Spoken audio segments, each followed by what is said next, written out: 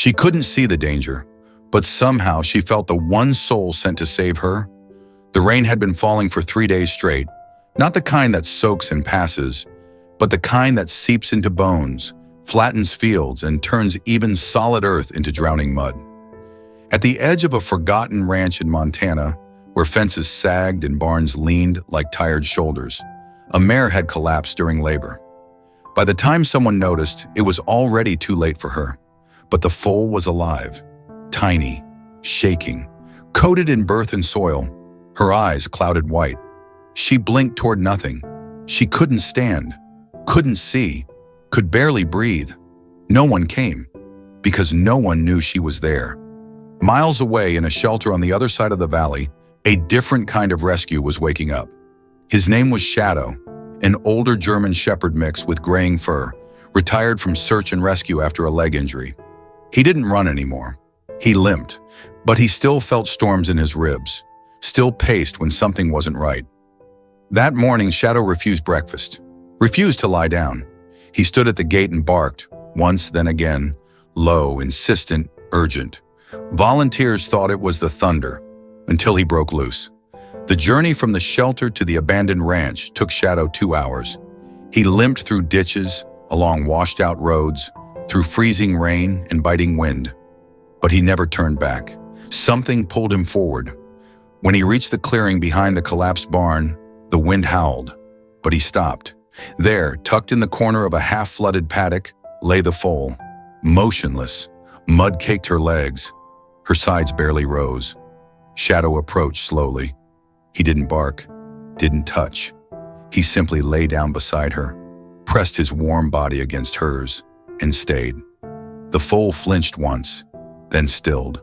Her ears flicked, her breath shuddered, and she leaned just slightly into him. By the time the ranch owner returned that afternoon, more out of habit than hope, Shadow had been lying beside the foal for nearly 6 hours. He didn't move when the truck pulled in, didn't flinch at the slam of the door. He simply lifted his head and looked. Martin Delaney wasn't the kind of man who cried. 58 years old, with weather-worn hands and a lifetime of debt tied to a dying piece of land, he'd seen enough death to turn tears into dust.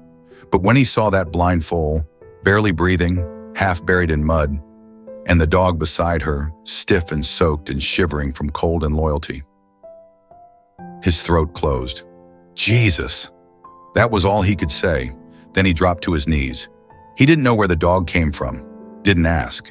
He just followed instinct, something old and buried in his bones. With shaking hands, he pulled his jacket off and wrapped it around the foal. Shadow led him, but never left her side. The vet was an hour away. The old trailer barely started. Martin loaded the foal onto a sheet of plywood, braced it with bales of hay, and let Shadow climb in beside her. The dog laid his head on her side and didn't move. Not once. At the clinic, Dr. Marla Chase was waiting, gruff, practical, and not one to get sentimental. But even she paused when she saw them come in. "This the foal from the flooding ranch?" Martin nodded. "And the dog?" Martin glanced at Shadow. "He's her Shadow, I guess." They worked through the night, body temperature dangerously low, heart rate weak, lung sounds damp, eyes clouded, blind from birth. But the foal somehow kept breathing. Every time her pulse dipped, Shadow would lift his head, press his nose to her chest, and whine. Every time he did, it stabilized. The clinic had never seen anything like it. One of the interns started calling her Whisper because she was quiet, because her breathing was so faint, because the dog never barked, only stayed, and because in some way she was like a secret the world had almost missed. The first 3 days were critical. Shadow refused to leave her stall. He ate only when food was brought to him. He paced only when her legs twitched. And when she finally stood, wobbling, uncertain, head tilted as if hearing something her eyes could not see, Shadow stepped forward and pressed his body to hers. She steadied. She didn't fall. By the end of the first week, Whisper was drinking formula from a bucket, guided not by sight, but by scent. Shadow always stood beside it. When she wandered too far, he herded her back, never nipping, never growling. Just presence, gentle pressure, silent direction. The staff began documenting everything. Guide dog for a blind horse, they joked at first. But no one was laughing by week 2. They watched her follow his footsteps, stop when he did, turn when he shifted. She never looked where she was going, but she never tripped. One evening when the rain returned and the power flickered, a transformer blew outside the clinic. The lights died. Everyone froze. Whisper panicked. She reared, slammed into the stall wall. Her hooves scraped the floor. Her breathing went wild. Shadow didn't bark. He didn't rush. He stepped forward, slow, calm, and nudged her chest, then stood beneath her neck and breathed, slow, steady, deep. Within minutes, she stopped trembling and lowered her head. The lights came back, but no one moved for a long time. As weeks turned into a month, Whisper grew stronger. Her legs straightened. Her appetite returned. She still couldn't see, but she learned to listen, to air, to vibration, to the way Shadow moved. And wherever he went, she followed. They were inseparable. In the paddock, Shadow would walk a lap before her, nose low, mapping the space. Then she'd be let out, and she would move, carefully but confidently, within the bounds he'd just traced. Staff watched in awe. The story made local news, then regional, then national. Rescue dog teaches blind foal to trust again. People sent letters, donations, toys, treats, saddles customized with tactile indicators. None of it mattered to Whisper. She only needed one thing, and he had 4 legs. But not everything was easy. One morning, Shadow didn't rise. His leg, the one he'd injured during his last rescue, was swollen, hot. The vet gave him antibiotics. Rest. Ice. Whisper refused to leave his side. She circled, paused, pressed her face against him, confused. When he whimpered in pain, she lowered herself beside him. When he refused food, she did too. The staff watched, helpless, until Dr. Chase knelt beside them and whispered, "You've been carrying her long enough. Let her carry you now." Whisper began walking, small laps, slow, uncertain, but without him guiding. And every time she passed his resting mat, she brushed his fur with her muzzle, as if saying, "Still here, still trying." And Shadow's ears would twitch. His tail would thump once. That was enough, because in the quiet world Whisper lived in, words meant nothing, but presence meant everything. Each morning she'd circle the paddock once, still slow, still cautious, but no longer hesitant. Her ears twitched constantly, searching for vibrations. She learned to distinguish people by the rhythm of their steps. She found her way to water by the sound of breeze through the trough pipes. She had a new language now, built not with sight, but with awareness. And at the center of it all was Shadow. Even while recovering, he kept watching. From the corner of the barn, his eyes never left her. When she wandered too close to the fence, he growled. Low, soft, just once. She'd pause, adjust, continue. He didn't guide her anymore. He taught her to guide herself. By week 6, Shadow was standing again, still limping, still tired, but strong enough to return to the field. When Whisper heard his nails on the concrete of the barn aisle, she froze mid-step, turned her head, and took off running, straight toward the sound. She didn't crash into anything. She didn't veer. She ran straight to him and gently pressed her forehead into his chest. He whined softly, then rested his head against hers. For a few seconds, no one at the clinic breathed. It wasn't reunion, it was recognition. From that moment on, they began walking together again. But now, Whisper sometimes took the lead. Shadow didn't seem to mind. One Saturday morning, the shelter team organized a companions parade for the community, a way to raise awareness about animal partnerships. Everyone expected to see seeing-eye dogs, therapy animals, maybe a pig with a painted vest, but no one expected a blind foal and a retired rescue dog to step into the arena. Slowly, carefully, side by side, Shadow walked a beat behind her, not guiding, watching, and Whisper walked tall, ears up, hooves sure, legs straight. The crowd fell silent. Children stared. A man removed his hat, and someone in the back whispered, "She trusts him more than we trust each other." From that day forward, they became symbols, not just of survival, but of reciprocal care. Shelters began pairing animals with special needs more intentionally. A program called Silent Bond was piloted, connecting senior dogs with rescued livestock in rehabilitation farms. And it all began with a blind foal and a limping dog. But life, as always, moved forward. Whisper grew taller, stronger, bolder. She began using her ears not just to hear, but to navigate complex spaces. She could find her way across the pasture with only a change in wind direction. She remembered terrain by smell. By year 2, she was leading other foals. The staff said she had a gift, an invisible map in her head. They didn't realize it had been drawn by footsteps that once walked just ahead of hers. Shadow aged quickly after that. His coat whitened around the eyes, his steps slowed. He spent more time watching than moving, but Whisper never left him. She brought him hay, carefully nudged from the pile with her nose. She stood between him and the wind on cold nights. And when he stopped barking entirely, she stayed closer, just listening for his breath. One evening, a storm rolled in. The wind howled through the barn slats. Rain battered the tin roof. The younger animals huddled, anxious, but Whisper stood in the center of the aisle, head high, ears open, unmoving. Beside her, on a bed of fresh straw, Shadow slept deeply. For the first time, she was the one standing watch.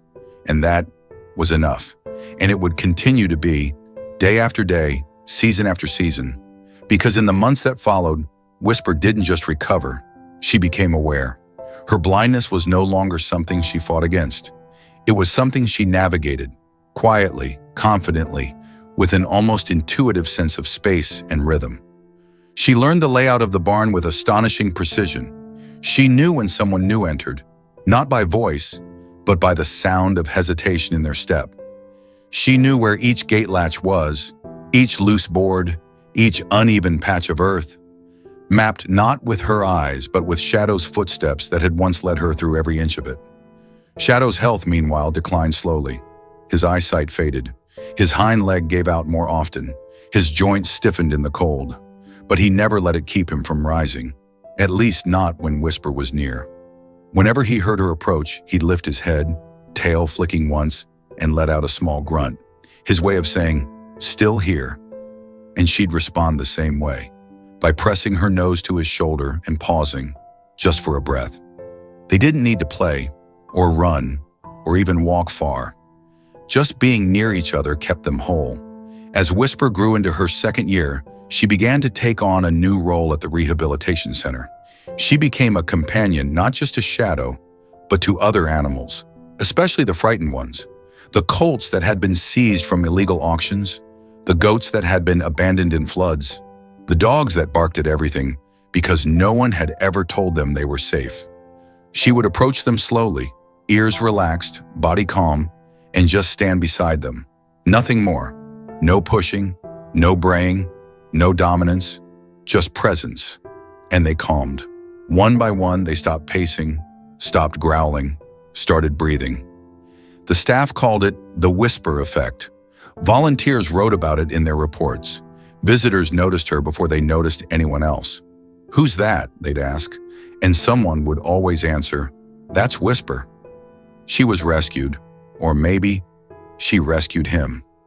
One spring afternoon, a young boy named Nolan visited the sanctuary.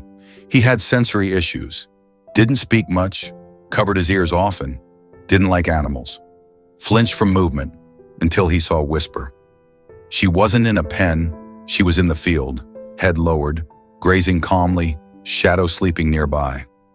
Nolan approached slowly, uncertain. She didn't move. He reached out, fingers trembling, touched her shoulder.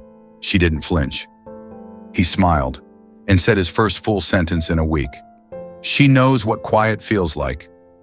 Later, his parents sent a letter, said he drew Whisper in his notebook every day, said he asked for a cane, like the horse uses, so he could walk more confidently. Whisper didn't know any of this, but when he returned the next season, she remembered his scent and walked right to him. Even as Shadow began sleeping more than standing, even as his body sagged with time, his gaze never faded. He watched Whisper from the shade of the oak tree he liked most, watched her lead, watched her comfort, watched her become everything he once was. And each time she passed him in the field, every single time, she stopped, just for a moment, pressed her muzzle softly to his neck, listened for his breath, and moved on. Not because she had forgotten, but because he had taught her how. Shadow slept more each day, sometimes under the oak, sometimes in the barn, sometimes beside the fence line, where he could still feel the vibration of hooves crossing the pasture. His hearing dulled, his appetite waned, but whenever Whisper came close, he still lifted his head. Not high, just enough. Just to say, "I'm here." And she always answered, not with a sound, but with a pause, a touch, a breath. Then came the morning he didn't lift his head. Whisper approached like always, steady, calm, sure-footed in a world she could not see. She brushed against his fur, stood beside him, waited. And when the stillness lingered, she didn't panic, she didn't cry. She lowered herself to the ground, pressed her flank against his, and stayed. For hours. The staff didn't intervene. They watched from the barn doorway, and when the sun began to set, casting long shadows across the field, Whisper finally stood. She nudged his side once, twice, then turned toward the pasture and walked. That night, the oak tree became a quiet memorial. The volunteers laid wildflowers along its roots. Someone hung a small wooden sign. Shadow, he led in silence. And beside it, someone else added a smaller piece of wood. Whisper, she still does. The next week, something changed. Whisper began walking the perimeter of the sanctuary every morning, alone, no rope, no handler. She mapped it again, not for herself, but for others. A new colt arrived, skittish, underfed, recently separated from his herd. He kicked at fences, refused to eat, bolted from the sound of voices, until Whisper walked past his pen. She didn't stop, didn't even turn her head. She just walked the same route Shadow once had. The colt followed the fence line, then lowered his head and stood still. Weeks later, he was grazing in the field beside her. One by one, the animals that arrived, damaged, defensive, deeply afraid, learned to walk again. Because she did. The staff stopped calling her a rescued foal. They started calling her the anchor of the herd. She had no sight, but everyone who came to the sanctuary said the same thing. She sees more than any of us. Whisper had become more than a survivor. She had become a presence, not loud, not proud, but known and felt. Because presence doesn't always walk on two legs, and some guides don't lead with eyes. Visitors to the sanctuary began arriving just to see her, not to pet, not to ride, just to be near her. Teachers brought children who struggled with attention. Therapists came with trauma patients who hadn't spoken in weeks. Farmers brought orphaned animals who hadn't yet bonded with anyone. And Whisper? She did nothing extraordinary. She simply stood near them. And in that stillness, something opened. Children stopped fidgeting. Veterans stopped shaking. A goat laid down beside her and fell asleep. There was no formula, no trick, just silence and steady breathing. The sanctuary's director added a new line to the visitor sign-in book. If you've lost something, walk beside Whisper. She doesn't promise to return it, but she might help you hear it again. One afternoon, a journalist came to write a piece on the sanctuary's animal-assisted therapy program.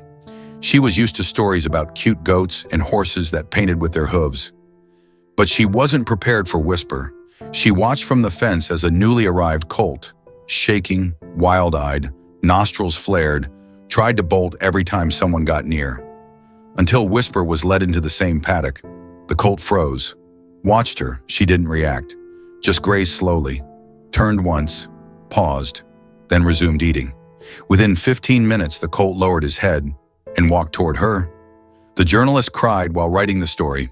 She titled it, "The Horse Who Leads Without Looking." It went viral. Soon, people from all over wrote letters. "My daughter is blind and terrified of change." Whisper gave her hope. "I lost my service dog last year.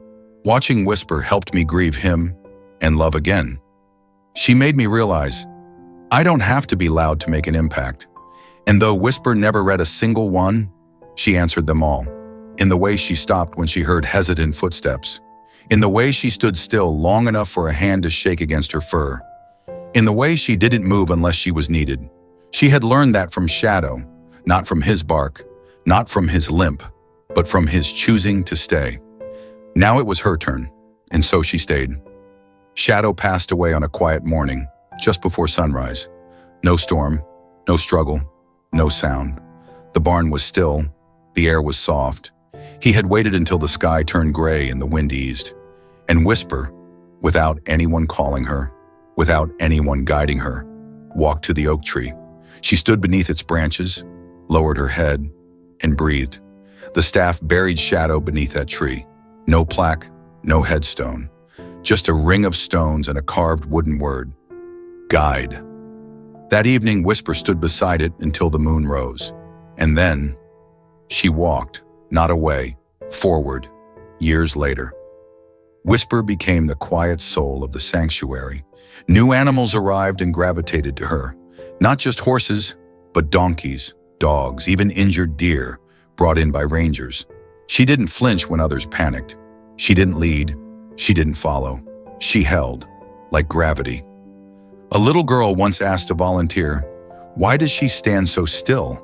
The volunteer replied, "Because she knows the world moves fast enough without her rushing it." Whisper lived long and loved wide. She never saw the faces that leaned close to hers, but she felt every tear that soaked her fur. She never read the articles, but she heard the change in voices when people talked near her. Softer, slower, kinder. She never spoke, but people remembered her words anyway. When she passed, the sanctuary didn't close for a day. It didn't lower a flag. It simply opened the gates and let visitors walk quietly along the trail she used to pace, ears open, steps light. Some brought roses, some brought drawings. One brought a tiny wooden cane with a tag that read, "For the next one." And on the fence outside the barn, carved with care and darkened by time, was one last line. She never saw the path, but she walked it better than anyone. If this story touched you, like, share, and subscribe.